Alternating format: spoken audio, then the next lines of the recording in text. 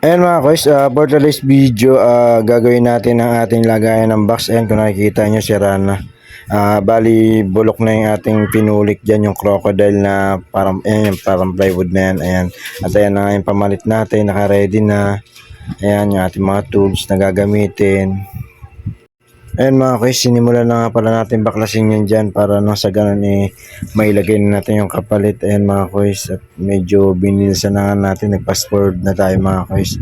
Para nang sa ganun mapabilis na yung pagtanggal natin mga guys ng mga tornilyo, kasi 5 tornilyo yung tatanggalin natin yan bago natin matanggal yan tuluyan mga guys.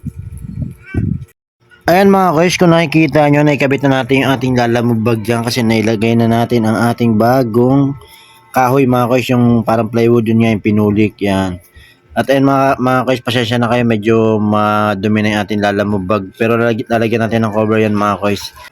Yan nga mga guys, pwede na yung sandalan ng ating mga CS. Yan.